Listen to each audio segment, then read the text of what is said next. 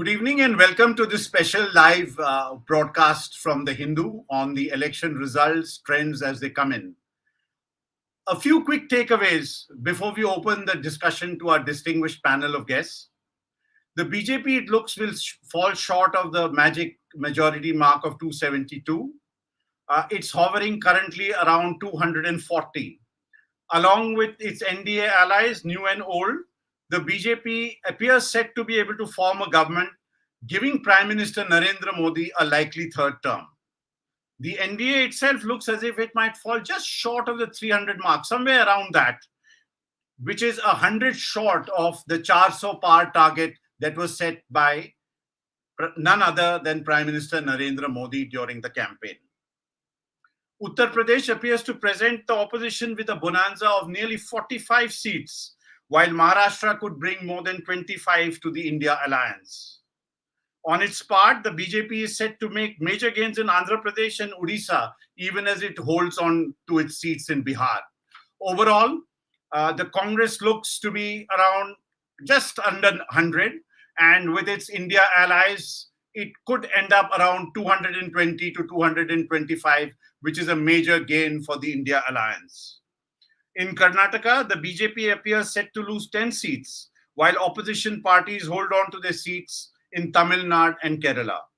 The BJP may lose 5 to 6 seats in West Bengal, as the Trinamool Congress looks set to get around 29 or 30. Remember last time the BJP had 18 seats in West Bengal.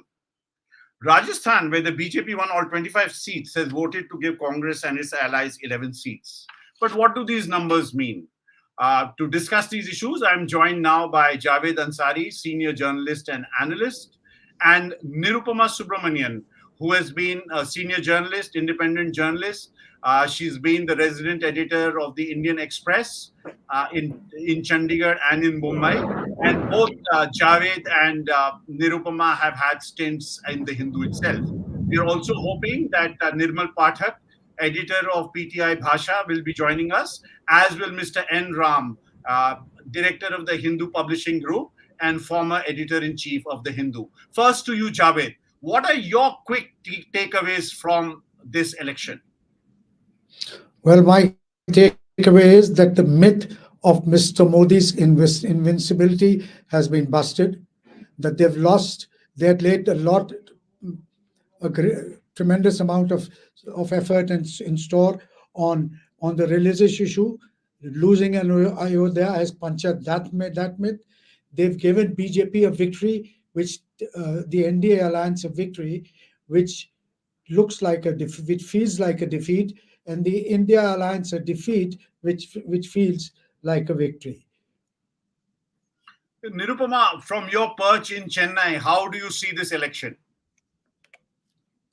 Well, from Chennai, of course, the results here in Tamil Nadu were kind of known. It's just that no one expected that the DMK would repeat its sweep again, but I understand that the DMK is leading in all 39 seats here. So that would be something for the DMK, and to have stalled what was said to be a big entry that the BJP was going to make into the state. All India, I think for me, the verdict comes close to the 2004 verdict against the BJP, the India shining verdict, or the India not shining verdict.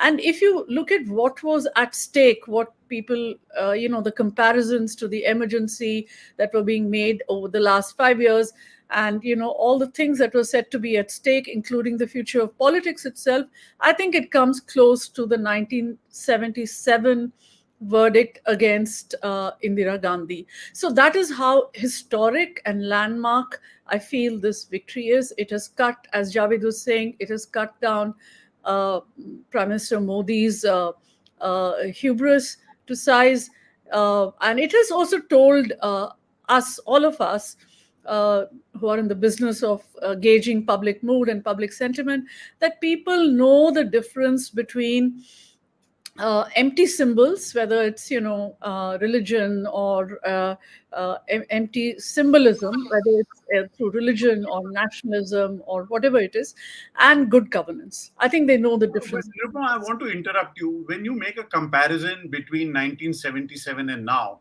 in 1977, Mrs. Gandhi was unseated. She lost power. But now it looks like the current trends holding, and they look to be holding. There are a few swing seats here and there. It looks as if Mr. Modi will be back as Prime Minister. So, how do you make this comparison? It's because, as Javed said, this is a victory that feels like a defeat for the BJP. The BJP had pitched its ambition at 400 seats, and they've not, it's quite clear that they're not even going to make a majority on their own. And this is for a person, Mr. Modi has never, ever seen a less than majority government. From 2002 onwards, he has always won every election with a resounding majority, whether it's in Gujarat or at the national level in 2014, 2019. So, this is a new situation for him, and it is akin to a defeat for him, I would say, because his domination was so total, his personality was so all over the place. This election was all about him. So I think this, as Javed rightly pointed out, this is a victory that feels like a defeat, and for the Congress, a defeat like that feels like a victory. Javed, I want to bring you in here. It looks that UP is the big story for the India alliance, and the chemistry between Rahul Gandhi and Akhilesh Yadav seems to have worked well. It, from what I see, there's almost a 10 percentage point drop in the vote share of the BJP in Uttar Pradesh, which is huge. What do you think this means for the BJP? Because in the last couple of elections, we've seen the BJP in both in 2014 and 2019, it has performed really well. So, what do you think this verdict from Uttar Pradesh means for national politics, Javed?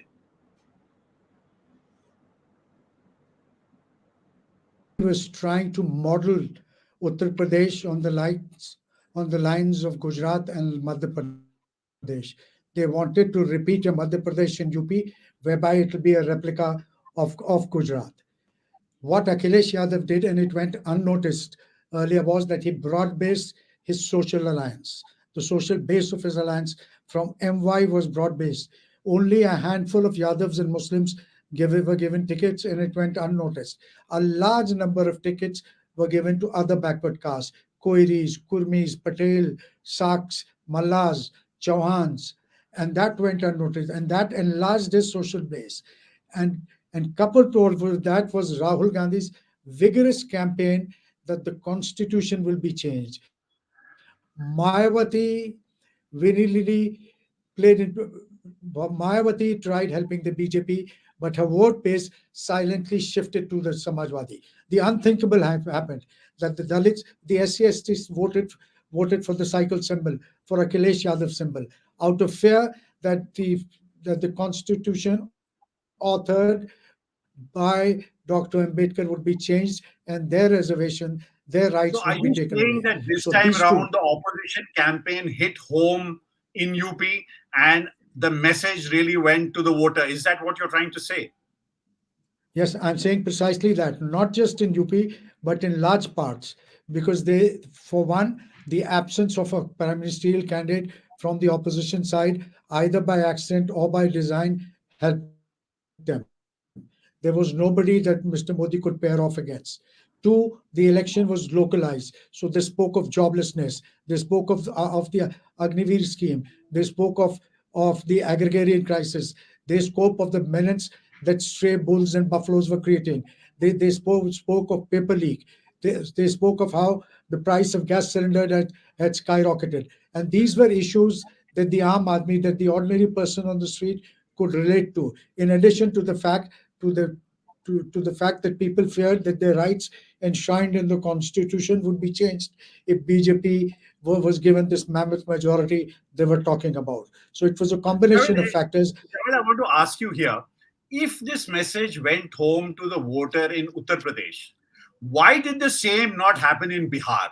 we see that the results in Bihar, the trends are completely different. Maybe a loss of 9 or 10 seats for the NDA there, and the issues from whatever reportage came to us in newspapers or on YouTube, we saw that the issues were quite similar. So would you say that there is no North Indian monolith anymore? I mean, look at the way Bihar has gone and look at the way Uttar Pradesh has gone. Yeah, Is there a lesson to be drawn here? there is a lesson, and the lesson is that Lalu Prasad's party refused to take lessons, to draw the right lessons that Akhilesh Yadav and the Samajwadi Party did. They broad-based their alliance, whereas Lalu Prasad's RJD focused mainly on the MY combination. It draws a lot of crowds. They are a boisterous lot. They are in your face. So there is a huge surge at the meetings, but it doesn't translate. Your ticket distribution has to be a lot more better. You need to give representation to the groups that you're targeting. For some strange reason, Mr. Lalu Yadav had made it an ego issue, a prestige issue, to deny Pappu Yadav a seat, or to deny Kanhaiya Kumar a foothold in Begusarai. Even for somebody, a veteran, a five-time MP like Tariq Anwar, Mr. Lalu Prasad Yadav kept fighting till the very end to deny him a ticket, to ensure that he doesn't get the ticket, Congress doesn't get a ticket from Katyar. So there are issues. You need to realize what your priority is. Is your priority the bigger issue to defeat the BJP, or is it to guard your fiefdom and to ensure that only you grow while all your others, even your allies, just stay where they are? Nirupama, I want to now turn to you to ask you, what you feel about the campaign itself. We've seen, Prime Minister Modi was all over, since April. And we saw, of course, his views of the Congress manifesto, whether or not, the Congress didn't say anywhere in its manifesto that if you have two buffaloes, you take over one. He said if you have a bank account, Congress will get it closed. If you have an electricity connection, it will be cut. And if you have 2T is the word he used, that is tap in English. He said that if you have a 2T in your house, the Congress will take it away. And also the anti-Muslim rhetoric was quite evident during the campaign. So what is your sense? Does this verdict or these trends, does this mean that the Indian voter doesn't believe what Mr. Modi says, and the Indian voter in the end believes in a plural nation? Amit, I would like to think so, that the Indian voter rejected this divisive campaign that Mr. Modi led from the moment he seemed to realize that this election is not going his way. And it was shocking to see a prime minister call the citizens of a country that he leads, uh, all kinds of epithets he has used against them, as infiltrators, as people who breed more. So this is something very unacceptable, and it has never happened before. And I think there was a level of uh, shock among people that a prime minister could say all these things. Even I think among people who were committed BJP voters, and I have spoken to many in Chennai, in my small circle in Mylapore, which is quite a they stand up for the BJP a lot. And they were also saying, yeah, this is too much. He shouldn't have said all these things. What is this? He's spoiling the campaign. So there was a feeling even among BJP voters that, this has gone too far. So one can only imagine how it must have felt like to the fence sitters, the undecided voters. And people wanted him to talk about what he's going to do for jobs, what he's going to do about the high prices, what is he going to do about the Agniveer scheme. And as Javed again pointed out, the constitution itself was such a big, he was on the defensive about the constitution from the beginning, but he could not provide the certainty that change would not happen.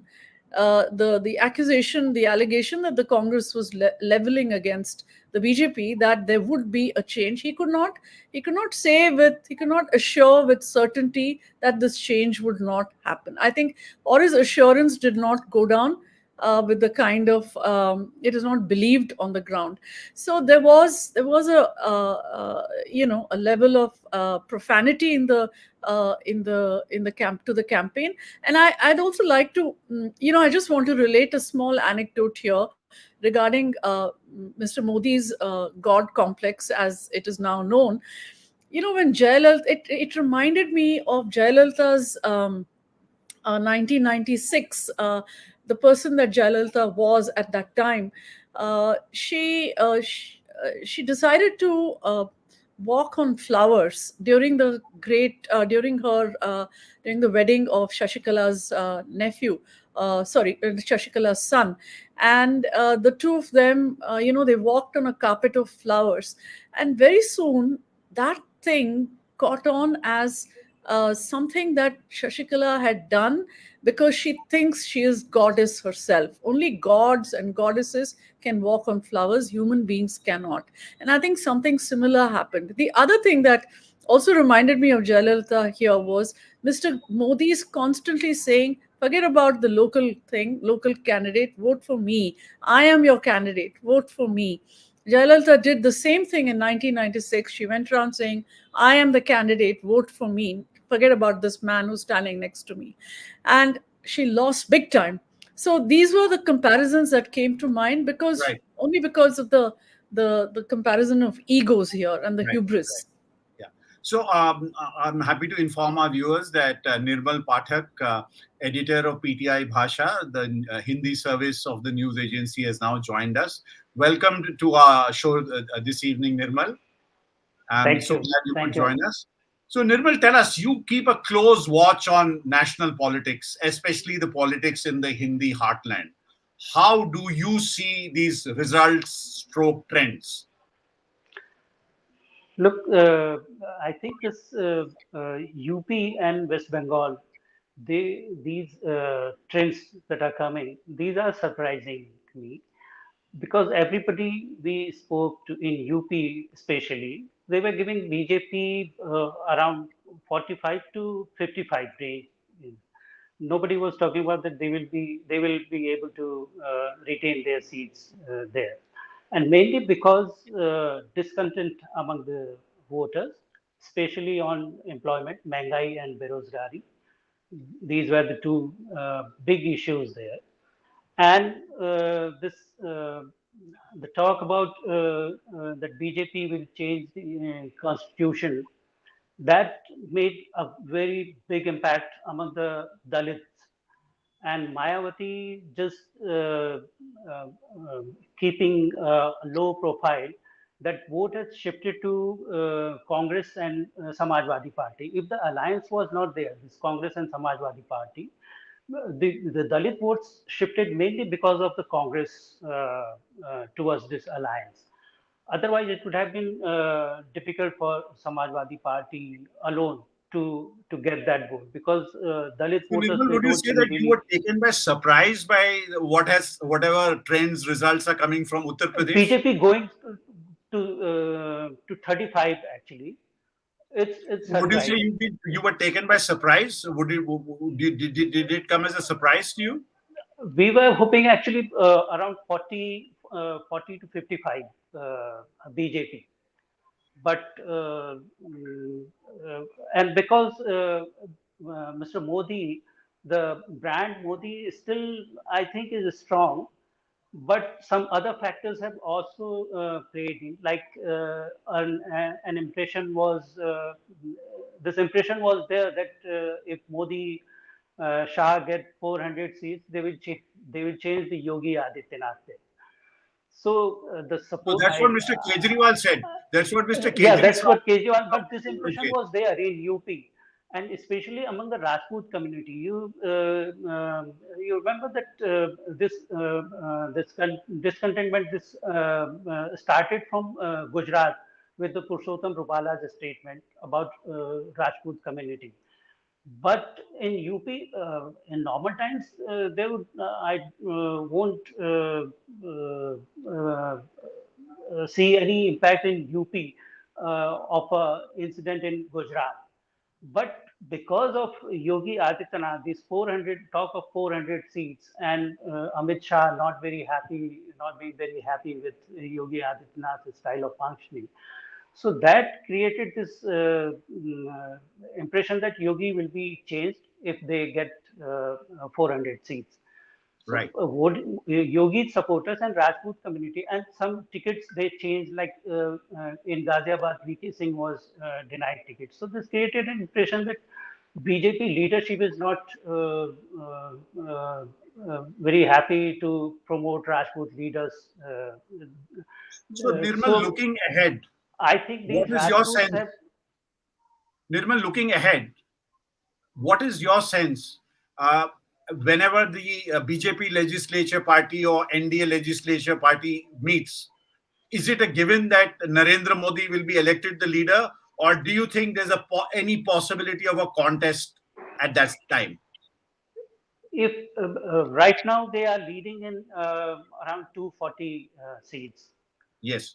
and if And they go NDA has down about nearly 295 to 300. 290, around Yeah. 290 to 95. So if BJP goes 10 seats down, if they are around 230, say, for sake, then I think there will be murmurs and churning there in BJP cadre also. Because Shivraj Singh Chauhan, he is winning very big margin, around 7.5 lakh. And Narendra Modi's lead is right now is around 1.5 or a little more than that, 1.5 lakh. So, Nitin Gadkari, Shivraj Singh Chauhan, Vasundhara Raje, and Yogi Adityanath, they must be, if they are around 230 or I think in 240, I don't see any problem for Narendra Modi and the Javed, citizens. what's your sense on this? What Nirmal is saying, I'd like to bring you in here. What is your sense? Do you think that Prime Minister Modi is safe and he will be the Prime Minister for a third time?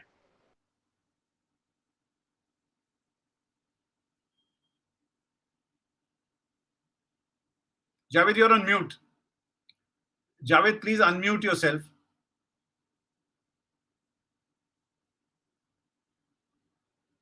Can you please repeat the question? Your voice Yeah, was Javed, cracking up. what I wanted to, what Nirmal was saying, that if the BJP is around 240, if it comes around 230, then other senior leaders of the BJP are also waiting in the wings. He pointed out that Shivraj Singh Chauhan also is winning by a huge margin. So what I'm saying No, is it a your given?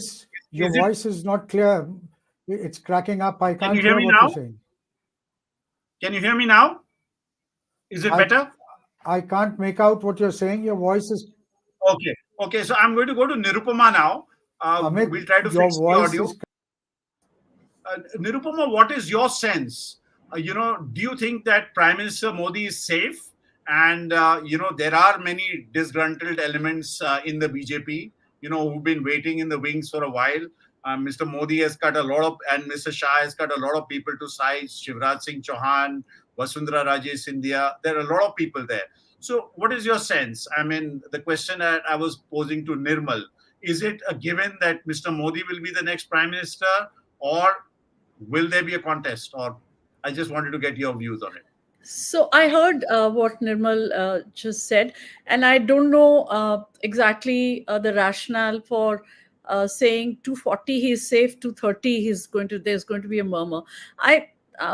To me it seems as if Mr. Modi is already a diminished person, in the sense of not having been able to get his party to the majority, to the halfway mark, and he and there will be, I think there will be questions in the BJP about what went wrong, and there will be also, I'm sure there will be efforts to fix responsibility about the people who are leading the campaign. So them, to my sense, it seems logical to me that the churning might have already begun in the party, except that the BJP is very good at hiding all this. So maybe we won't get to know exactly what it is, but I'm sure that the knives must be out already for people. I mean, we don't Right. know. I don't know for whom they will be, but they must be out already. And if Nirmal could Javed, I explain want to bring why. you in here again. Yeah, Javed, I want to. Yeah, I'll go get back to him. Javed, can you hear me now?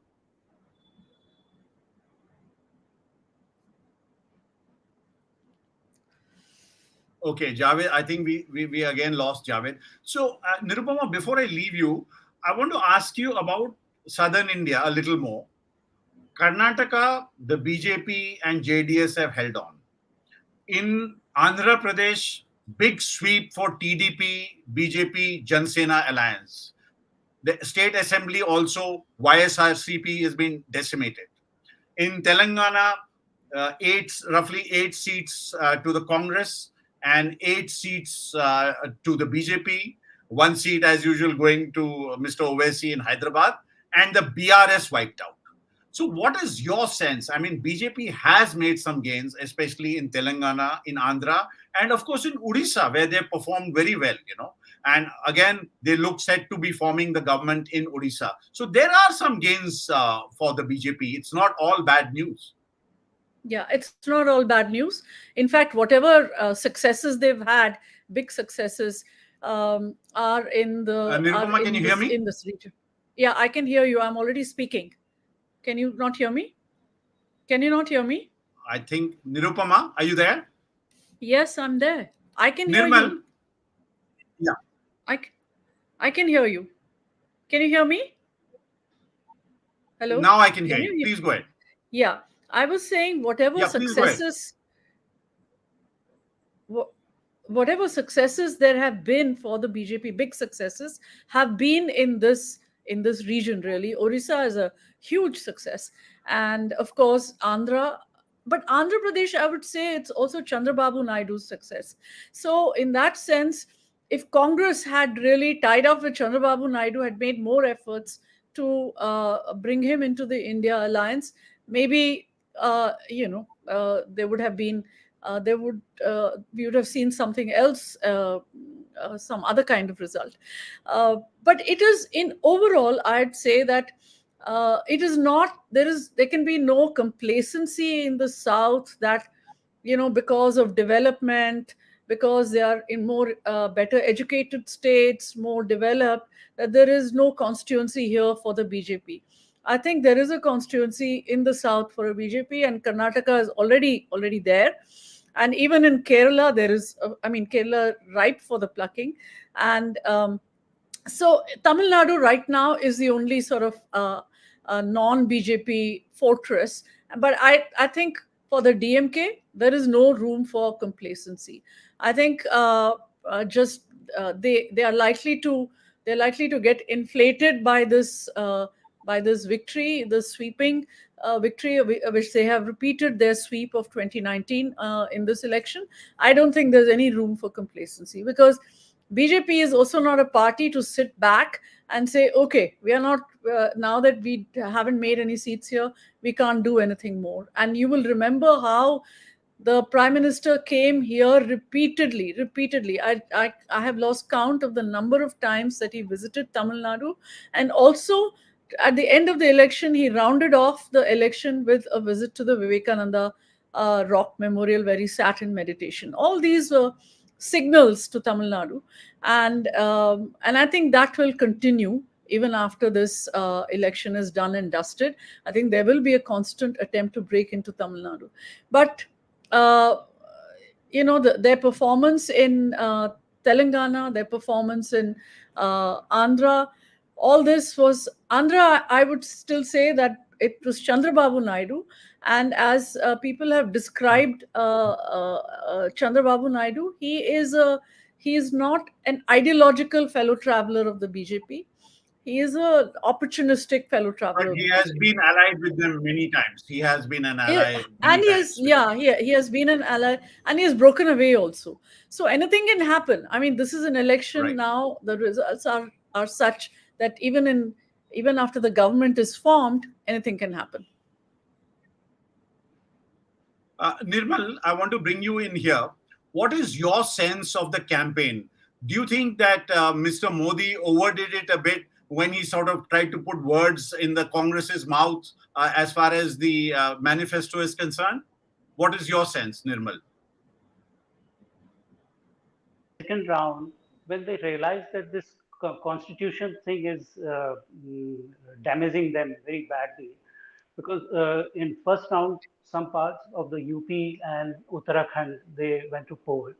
And there was this, the feedback was that the Dalits are voting against the BJP. And because of this, that the Congress narrative that constitution will be changed and reservation will go. So that made them, that rattled them, I think. And after that, the prime minister and BJP, they tried one after another narrative to set in actually, but they failed. They failed. Nothing was working out. First, they tried to this Mangal Sutra thing, but he started from Bikaner in Rajasthan, then to Pakistan, Muslims, and everything.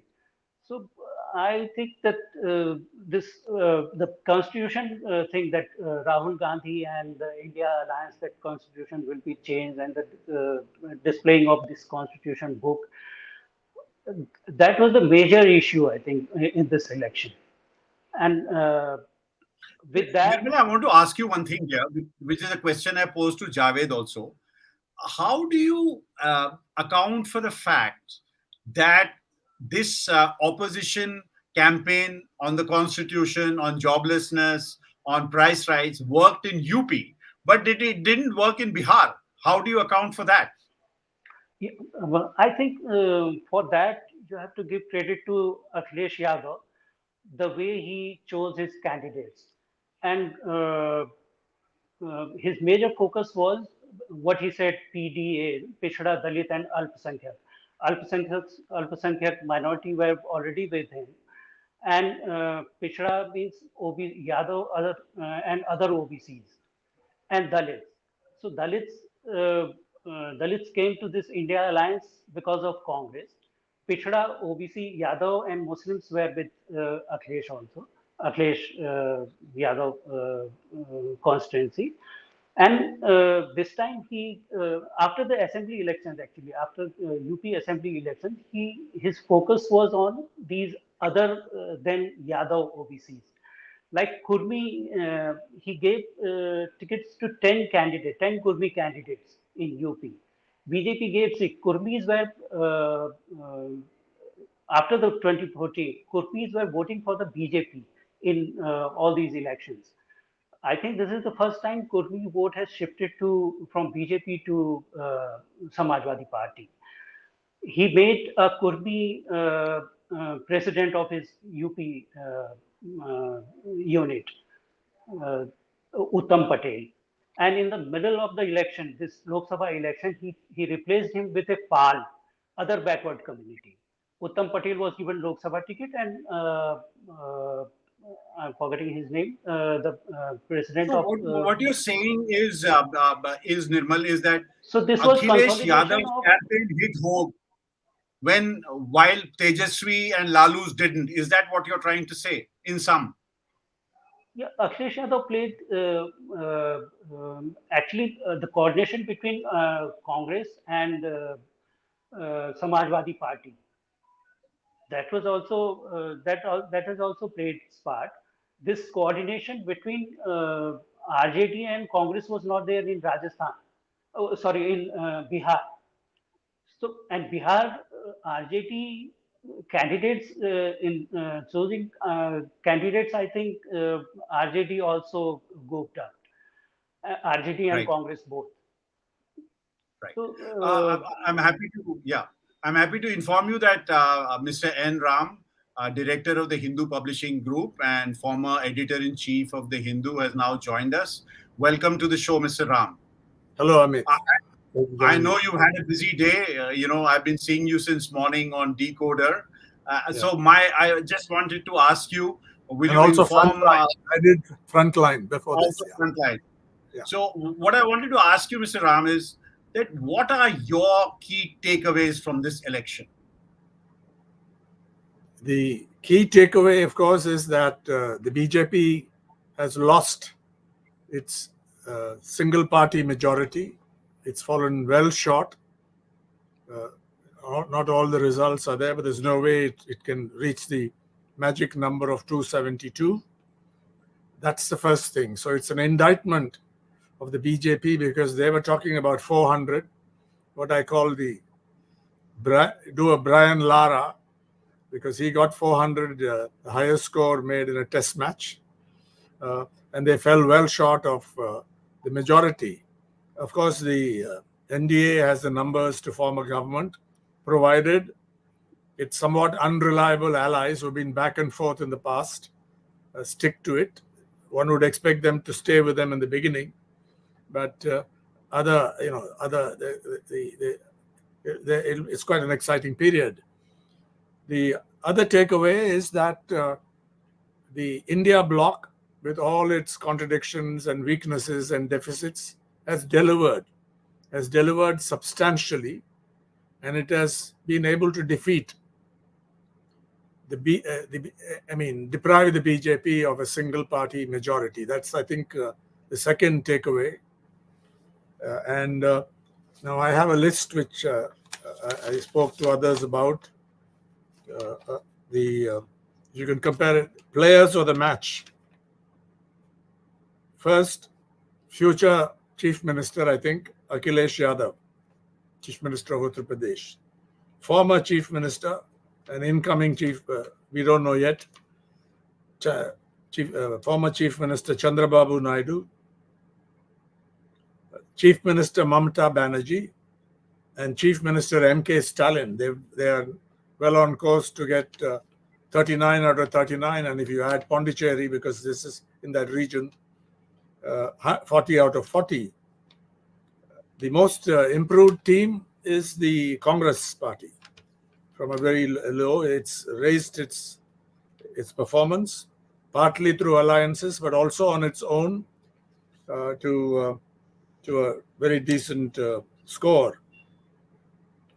Most effective combination, I think, is Maharashtra, where parties more or less with equal strength, nobody absolutely dominant, have done very well. And the most consistent player, consistent over a period, is the DMK. So I think these are, and of course Rahul Gandhi as a leader deserves a lot of credit for these achievements.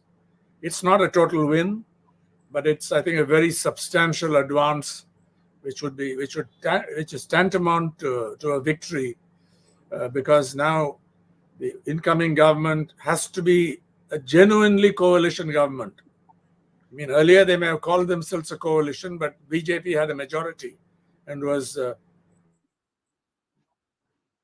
that the others didn't matter, let alone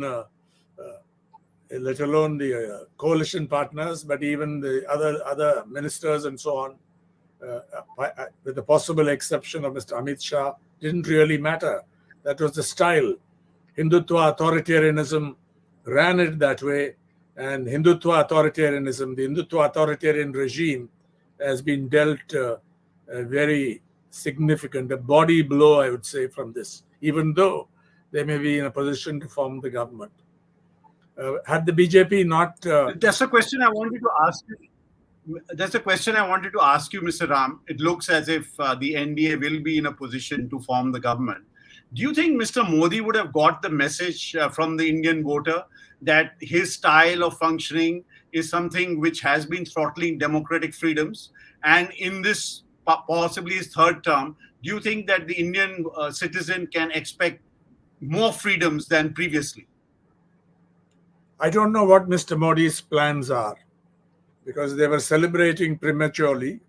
You will remember Finance Minister Nirmala Sitharaman's boast when she presented that interim budget that we'll come back, and it was really a hubristic performance at that time. Then Mr. Modi himself, for the 100-day program, held a meeting. It has been reported widely in the press.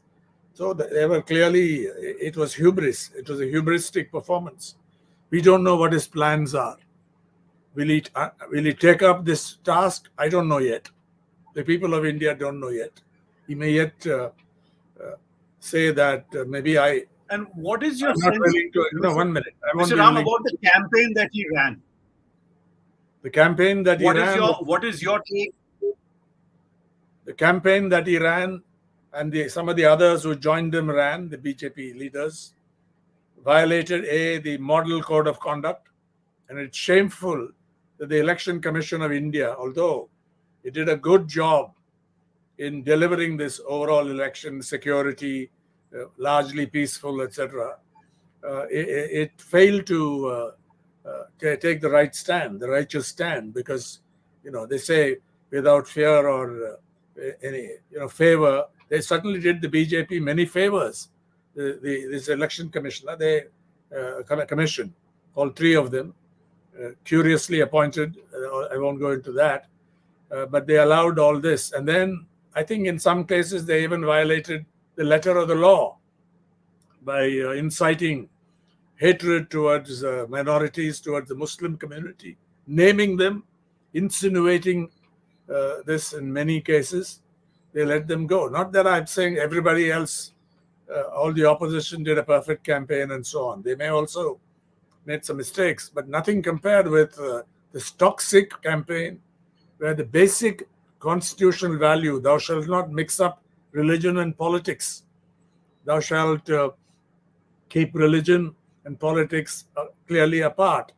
Thou shalt not exploit religion for electoral gain. And there must be clear lines between church and state or temple and state. All these were violated in a way we have not seen before. This was perhaps the nadir of electoral campaigning, which I witnessed in my career or my lifetime even. So that was, I think, very bad. Right. But the great thing, Amit, yes, is that the people who are not taken in.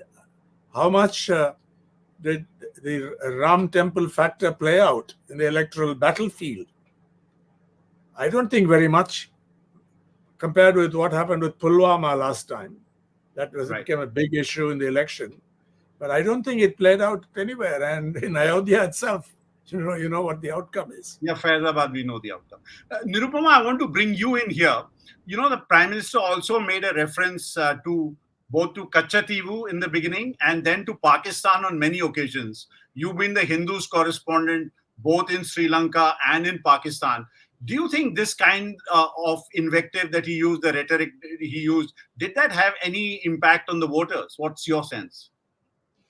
Clearly not, Amit. And I don't think, people are actually swayed by foreign policy issues in elections. Kachativu, I think they raked it up because they thought that it's going to strike some kind of emotional chord among fisher folk in Tamil Nadu because of the constant battle over fishing rights between Sri Lankan Tamil fishermen and the fishermen on our side. But they've not done their homework properly, and I think that that whole issue kind of backfired. But the dangers of this kind of campaign where you pull in foreign policy issues or you call Pakistan names, which is really a dog whistle for against Muslims in India. That's what it is. But people in Pakistan or in Sri Lanka, they're also watching our elections. It's not as if they've closed their eyes and ears to what's going on here. So when the time comes, they are going to also, they are going to campaign in a way that hurts India. they also have elections. They are also going to take up this whole, whatever India has said, and whatever they feel damages their interests because of what Mr. Modi has said. I think that's going to figure in their campaigns as well. So I think we overlook these dangers. And as regards Pakistan, just at a time when Pakistan is suffering because of its economic crisis, it's kind of I don't think it's nice to say, oh, they're begging for their rotis, and look where we have brought them to their knees. So all this it doesn't do well, especially at a time that everybody is watching these elections for what it might do to repair India-Pakistan relations. Right. And if you need to repair India-Pakistan relations after this, with what kind of face are you going to go and face that government and say, okay, that was a campaign and now we can talk peace? I don't Right. think it works exactly like that.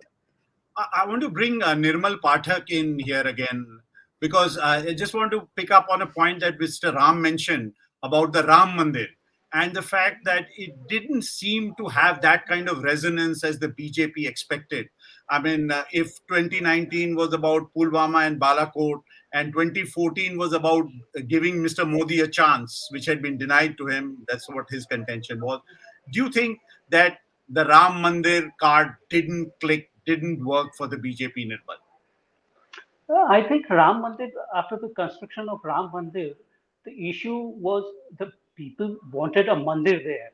So they have it now. I don't think it no longer creates that urge and that passion for something to have, and something they already have. There is difference between. So I think that issue, obviously, that didn't click because Faizabad results we are seeing there, and more or less from every part. I was talking to someone there. They said, and even Anamalai, he was in our office, and he said, lots of people from Tamil Nadu, they are going to see the Ram temple there. BJP must have been sponsoring that trip also. But in Tamil Nadu, we don't see any, or maybe the vote share, the increased vote share, maybe that thing is there. But in North, I don't think Ram Mandir has clicked as is an issue as it was 2 years back or 3 years back. Right. Mr. Ram, I want to bring you in here again and again pick up a point on which you mentioned that it would appear that after all the fears that were expressed about the conduct of the election commission, the appointment of the election commissioners, so far today we have not received any major complaints. We did see on social media last evening and last night there were many complaints. So do you think that finally the issue of EVMs being manipulated, that issue has been laid to rest in India? What is your sense, Mr. Ram? Issues are never laid to rest in India, but I'm glad you mentioned this, Amit, because there was a fear, or some people were saying this election is going to be stolen. I never believed that the EVMs could be manipulated in a way where an election can be stolen. At most, somebody can capture an EVM if the agents are sleeping or doing nothing. It's like the old style of booth capturing, and there have been no real reports of that happening. So I never believed for a moment that the EVMs were not safe. Now, as for a level, some people did even write about it, that because BJP is desperate, etc., the consequences of losing would be very bad, and therefore they raised doubts about it. I think that was excessive, if not over the top. The election was a real election. However, when you talk about a level playing field, I think there are all kinds of doubts about it, and this time it was a little worse so far as the campaigning was concerned. But people are not just taken in by this kind of campaign, or at least not all the time. And therefore, I think on the whole, the election has been conducted very well. The results speak to that. It's been a real election. Has it been completely free and fair? No, very few elections are like that, because there are always, in the old days, there was booth capturing, gundaism, etc. So I think let's give credit to our election process overall, with some caveats here or there, maybe, or specific areas. But there was quite a lot of talk, which I never bought into, or concern about an election being stolen or completely, a fraudulent election. This was a real election. And I think the people of India have spoken overall along the lines that we have been discussing. Mr. Ram, one thing I also wanted to ask you, you watched the Indian media scene for more than half a century. We saw the Prime Minister giving interview after interview, maybe 40 to 50 interviews he gave to television channels. We saw the exit polls as well, and it seems maybe they got a couple of states right, but overall their numbers were way off the mark. So the question that I want to ask you is that when you mention the level playing field, should we not include the media or large sections of the media when we look at the level playing field? I think we need to look into particularly the TV channels and the exit polls, as well as the earlier polls, pre-election surveys. But this time the exit polls went seriously wrong. And I think one of the most talked about pollster wept on television about how he had got it wrong. At least he did that openly, which I appreciate. But just look at the numbers given by these exit polls. I think they were in line with this 400. We're going to get 400, whether it's BJP, at least the NDA. And the exit polls veered towards this for whatever reason. I'm not here to make allegations. Each poll has to be looked at separately. But take, for example, I think the Dainik Bhaskar. I have a screenshot here, which I kept handy. The Dainik Bhaskar gave was the least inaccurate or the least over the top of the exit polls that I've seen. 281 to 350 for NDA and 145 to 201. Now, what kind of range is it? Take the India TV Access My India poll, 361 to 401. What kind of range is it? I'd say it's absurd. If you have to say that somebody is going to score anything between 361 and 400, it's like saying you can score anything between 1 and 100 in a cricket match, and then 131 to 166 for the India bloc. So these exit polls were useless. Right. Anyone without an exit poll would have said that the NDA is likely to form the next government, will form the next government. Well, looks Mr. Yogendra Yadav without an exit poll did better than all the exit polls put together. I have a lot of respect for Yogen because he has been doing it consistently, honestly, and on a scientific basis. And this morning on Decoder, I think we held him for nearly an hour asking questions on Prannoy Radhika Roy's new enterprise. And he has been very good and very honest about it. I think, Mr. Ram, we will need a separate session with you to discuss the media and elections. But I also want to... The short answer is some of the media, not all the media went this way. I think the press, the newspapers did a better job overall, not all of them. The research has to be done on this. It's a good project. But I think they did a better job on the TV than the TV channels. And some of the social media operations also got it right. But I would give a lot of credit to journalists on the ground. We have one here who gave you a very good account, Pathak. And I think they did some really honest and good groundwork. And we have to appreciate it instead of condemning all that the media, I see it in some circles and so on. The media have to be given a lot of credit for on-the-ground reporting and surveys this time. And I bet once you do your research on various Indian language media operations, you will find a lot to appreciate. Right. We are running out of time, so I'm going to quickly bring in our other panelists. Nirupama, I wanted to ask you, do you think this is the first real YouTube and social media election that India has seen? Because it seems that the Congress party, for instance, barring that one interview that Priyanka Gandhi gave to India Today, everything else was on social media. They were all over the place, and Dhruv Rathi's videos on YouTube seem to have captured many people's imagination. What's your quick take on that?